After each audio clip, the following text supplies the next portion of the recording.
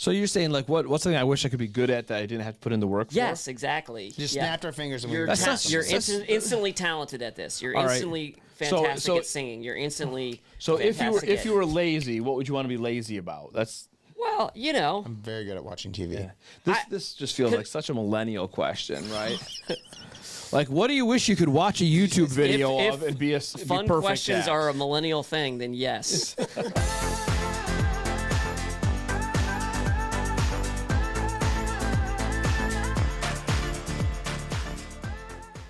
Welcome to The Gathering Greenhouse, a podcast to help us grow together. I'm Steve. I am not Steve. I'm also not Steve. Okay, we're ready to go then. Yes. Cool. So, 2 out of every 3 podcasters is not Steve. Yep. So, Thanksgiving's coming up. Yeah. Does this excite you guys? Yeah. I like Thanksgiving. Love turkey. Turkey? Okay, so I make a mean turkey too. Do you really? I do. Is it like moist or is it? Oh, it is so moist. Okay, what's your secret then?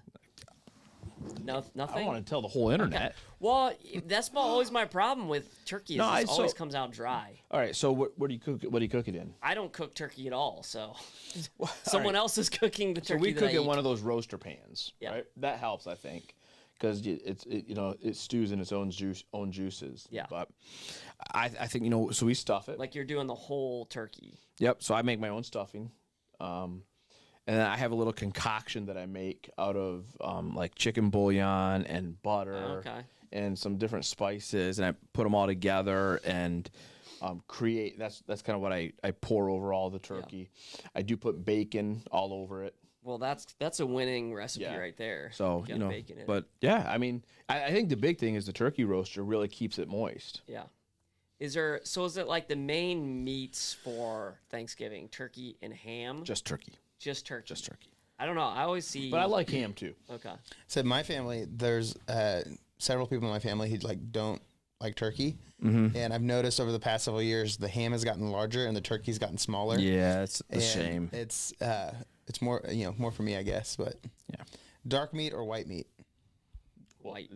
No, wrong What's answer. wrong with you? Wrong answer. I don't know. It's too like it's the like flavors slimy. in the dark. Yes. I don't like the flavor. So I can't help but notice a shocking parallel between the people who like dark meat and the people who are not Steve. So I think there's something to that.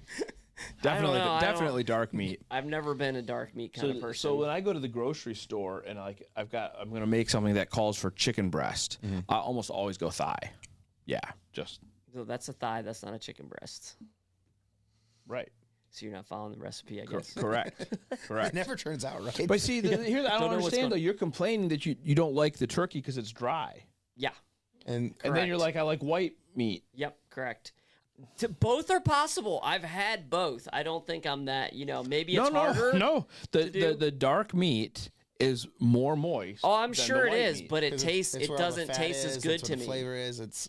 Then you don't. Then don't complain that it's dry. Why can't I complain? I can complain about that. I've had moist white meat turkey. It exists. A chicken breast for like 20 seconds and it's dried out. Yeah. Then maybe that's my problem. It's not for me to switch turkey really well though is City Barbecue. I know they do. They do turkey really well. Well, I thought Mission Barbecue was really good. Are you still Mission over City?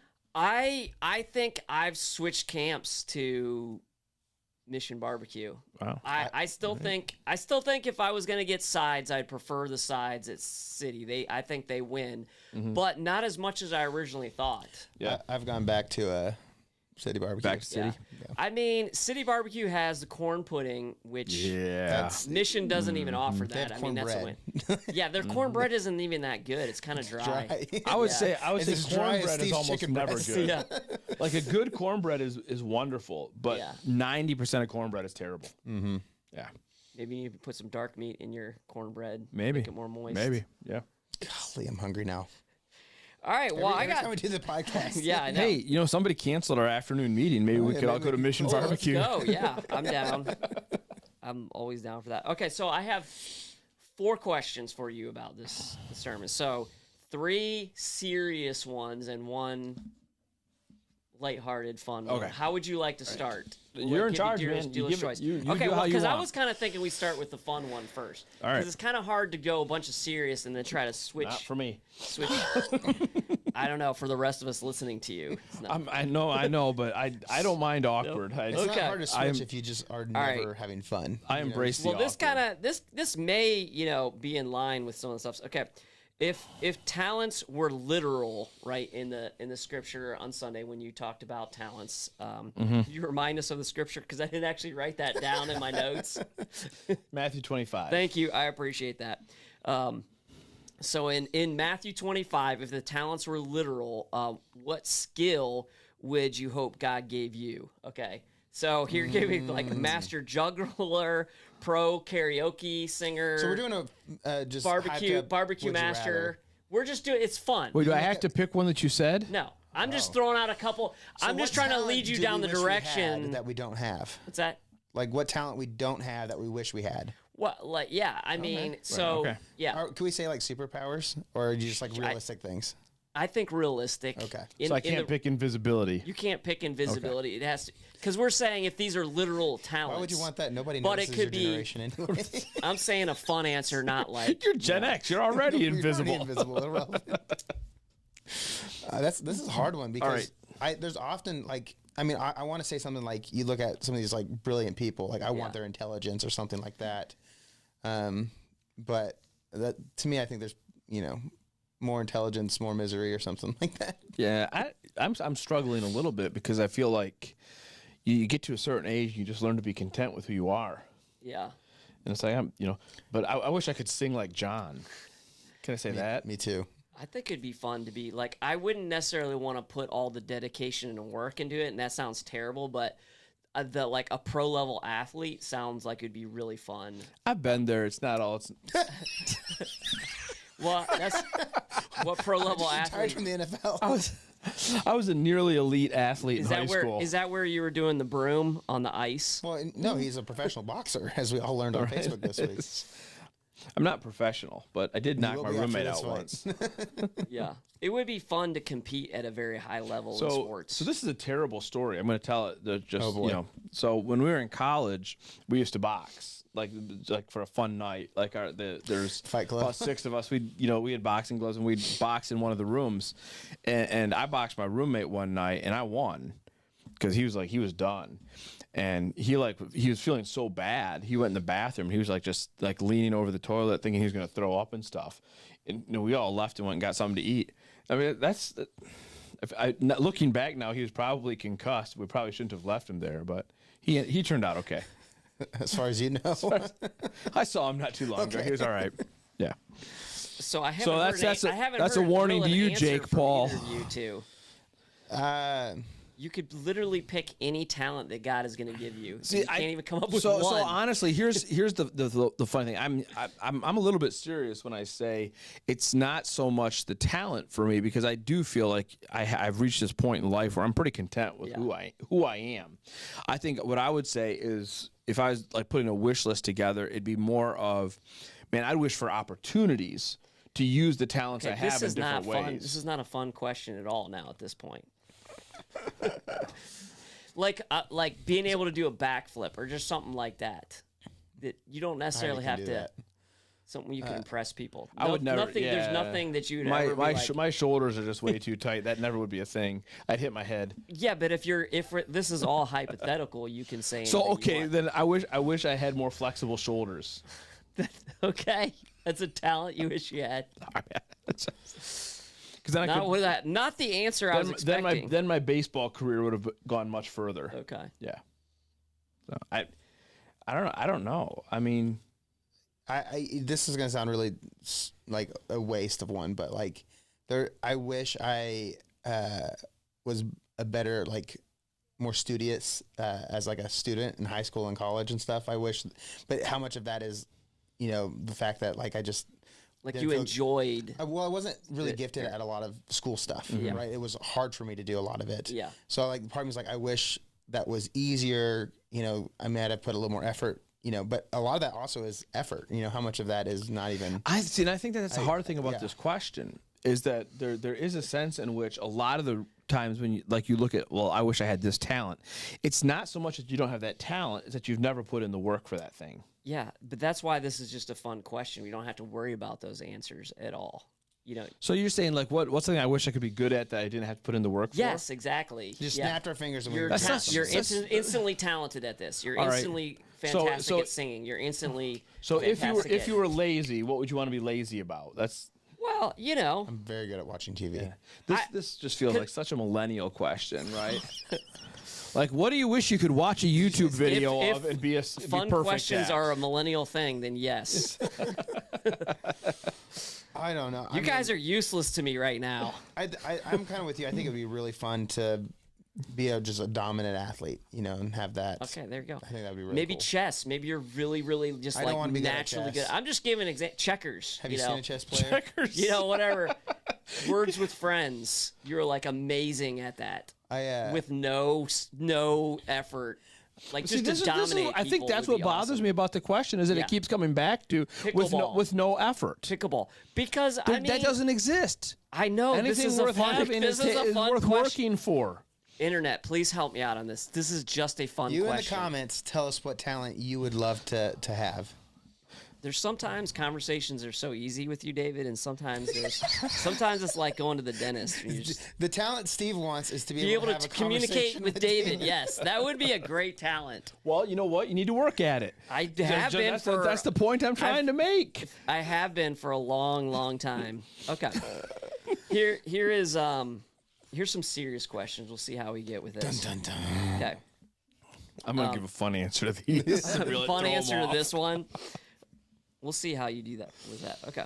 So we talked, a lot of your sermon was about the talents that were given and then what we use with them. The talents and the resources and what God has given us.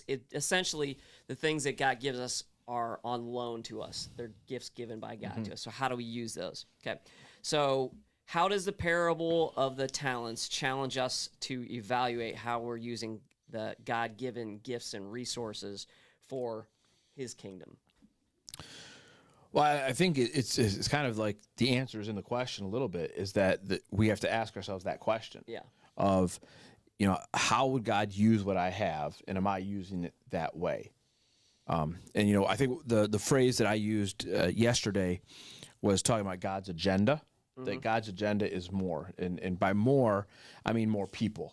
Like that's God's plan. They want more people to be disciples of Jesus, to be reconnected with him. And so what that means, if that's his agenda, then everything that is his should be used for that agenda. And so everything he gives me should be used for that agenda. So the question would be, am I using what he's given me so that more people can come to know him? Yeah. So there are some talents that are a little bit maybe more clear on how you can use those in the context of church. I'm just going to use that context because you can use those skills for Jesus in other ways. But in the context of the church, you see the pastor up front on Sundays, you see the teaching, you see the people up there singing and playing instruments. You see the kids in the student areas, right? So you think of that. And then outside that, you're like, well, I'm good at plumbing or whatever it may be. Like, how do I use those gifts? I actually, this week I ran into Ed and Kathy at Sam's Club, and we were talking, and Ed was just coming from the church, and I was like, oh, what were you doing? He's like, oh, I came to the church to help Ron with QuickBooks, because I guess Ed's a QuickBook master, and that's a whole skill set that he has, and an ability and an accounting talent, whatever you want to call that really was beneficial to our church. And so he gave that gift and that time to help us in a way that, no one on Sunday's thinking like, where's the team of volunteers who do QuickBooks? But it was an ability that was really beneficial to our church. Yeah. Yeah. I want to nuance some words on this one for a second. So first of all, I think it's important for us to maybe say, we're talking about abilities here. Yeah. Because the talents in the parable are actually not about abilities. The talents are about resources. Sure. Yeah. And so, but this question is really about abilities, right? It's not just about resources. But, I would say it's important to recognize that the parable itself is about the resources. So it's about everything that God gives us. But when it comes to abilities, I think here's the second piece of nuance that I think is really important, is that we have to distinguish between the church and the local church, or an easier way to do that would be between the church and the kingdom of God. Yeah. Right? So the church is a part of the kingdom of God. But the kingdom of God is not just the church. Right. And I think that sometimes we get into this mindset of, I have to use my abilities for the church. And if my abilities don't fit into the church, then I'm of no use to the kingdom. Yep. And I think that's just a horrible misnomer.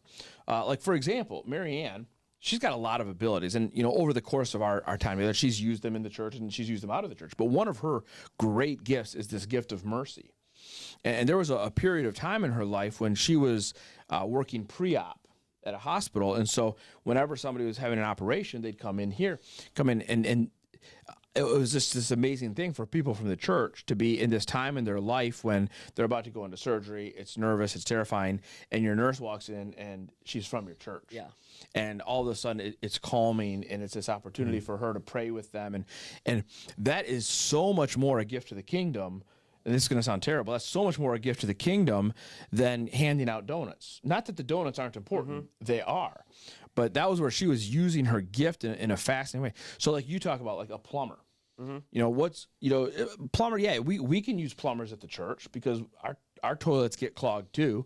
But the kingdom needs people who can like go and take care of the widows and the orphans. I was even thinking about how cool is it that, if you're a plumber or you have some skill like that and you're saying, hey, I'm going to help one person a week or a month or something like that. This person is inviting you into their home, and think about the time, the access you get to that person to build a relationship and even take advantage of that and share about the good news of Jesus. I mean, right. Everyone jokes about like the Jehovah's Witness knocking on your door and, we pretend we're not home. This person invited you into their home. And think about how great of an opportunity that is to share the good news of Jesus. Yeah.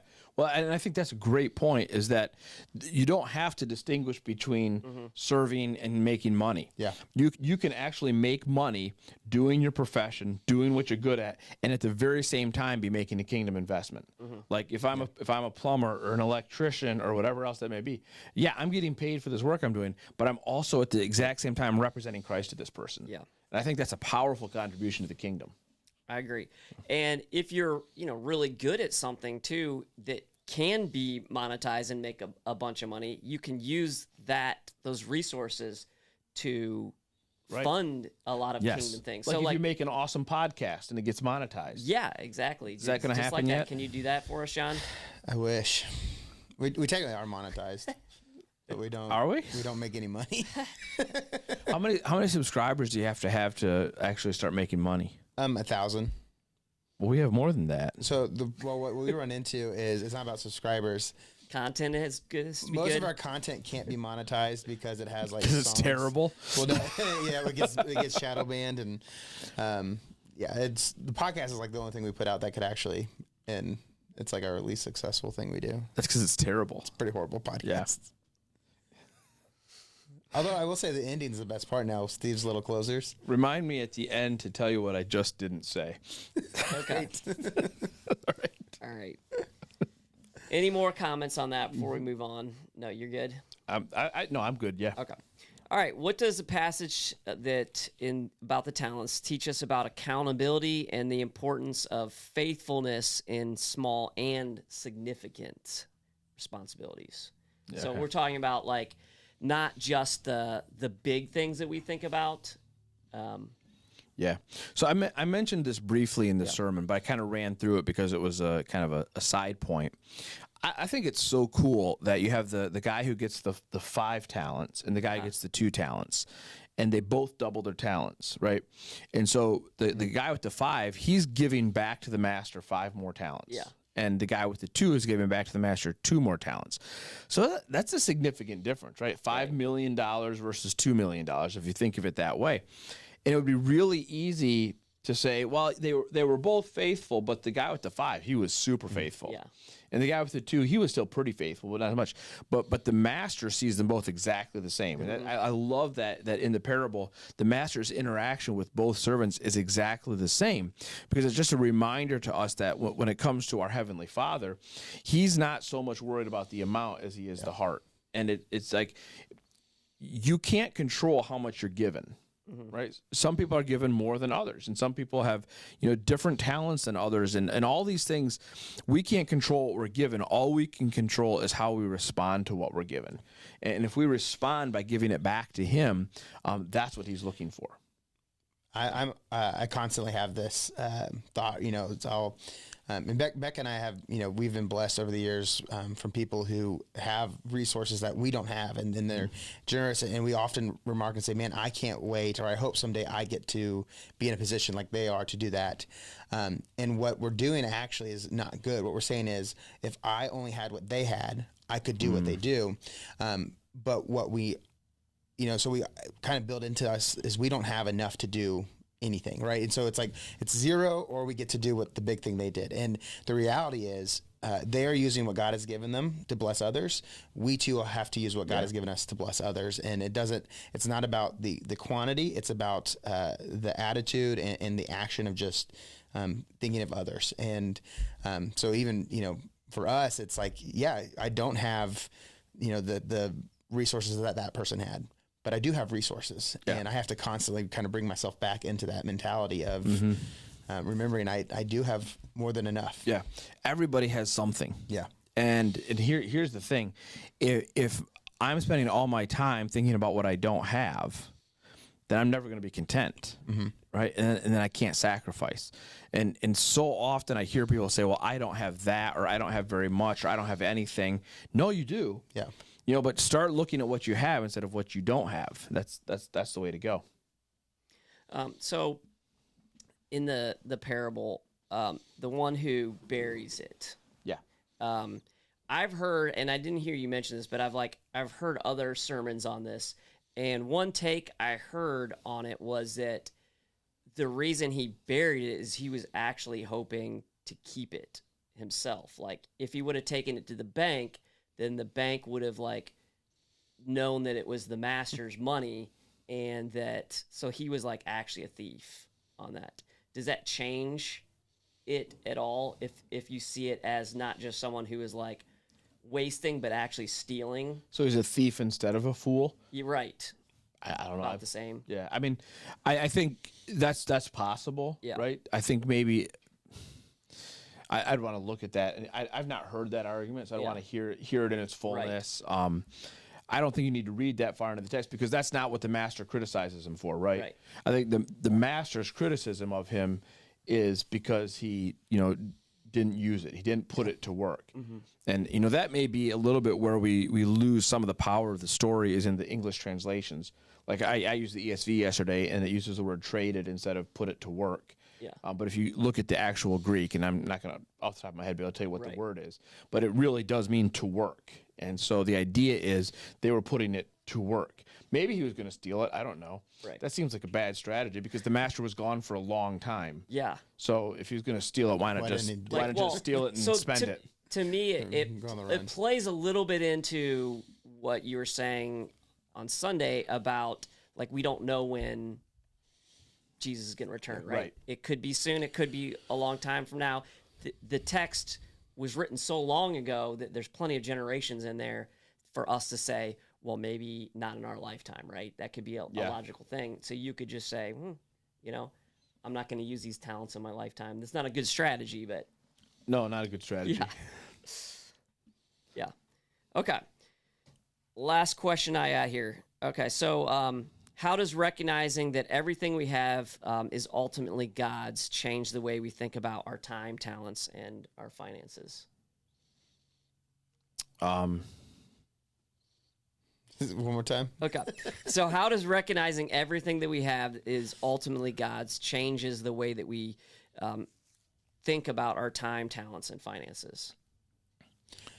I mean, I think it comes back to the whole contentment, generosity, and gratitude conversation is when I recognize that God gave me this gift, whether it is my time, whether it is my talent or my treasure, recognizing that he has given that to me, should cause me to be grateful to him.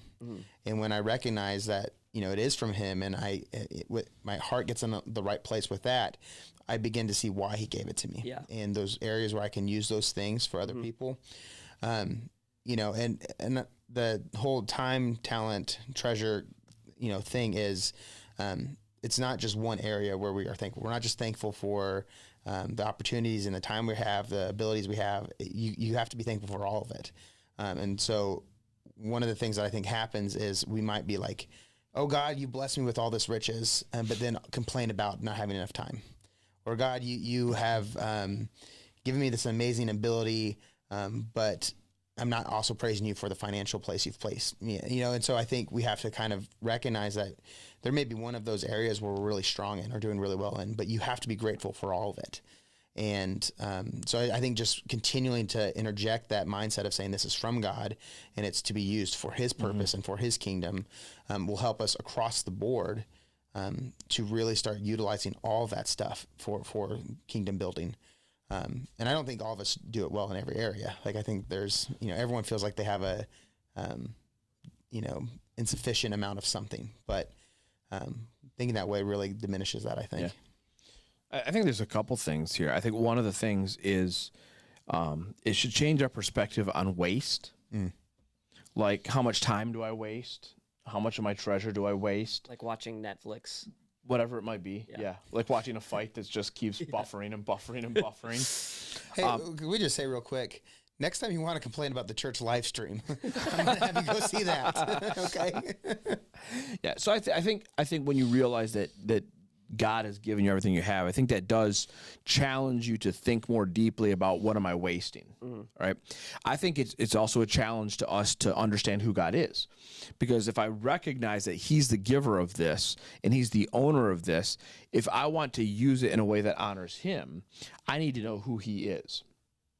And so it causes me to maybe be a little more earnest in my efforts to understand who God is, which means spend more time in his word, which is a big deal.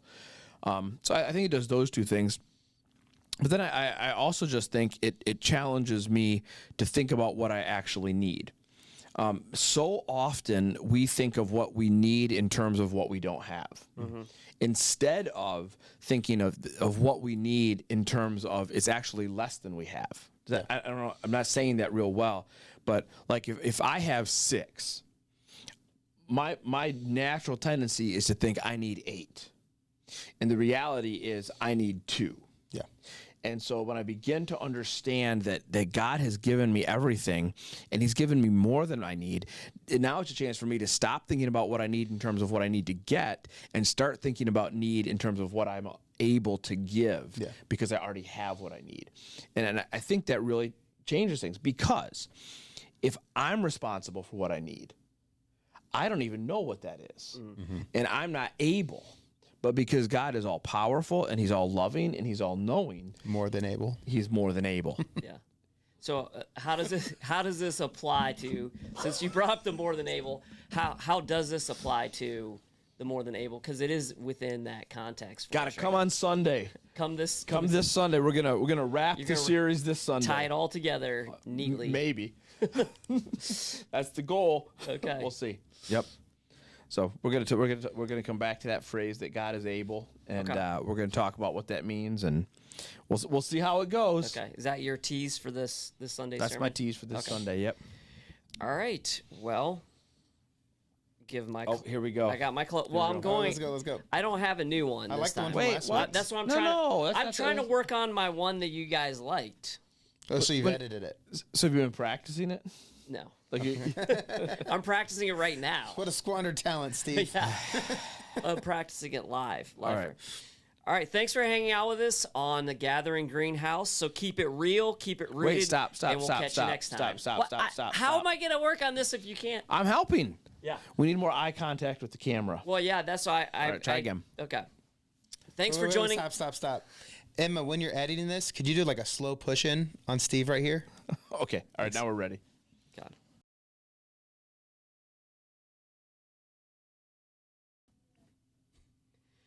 Thanks for joining. Have you ever been to Portland? Well, hold on. No, I haven't. You guys are messing me up on this. Well, now I'm looking at the screen. Yeah.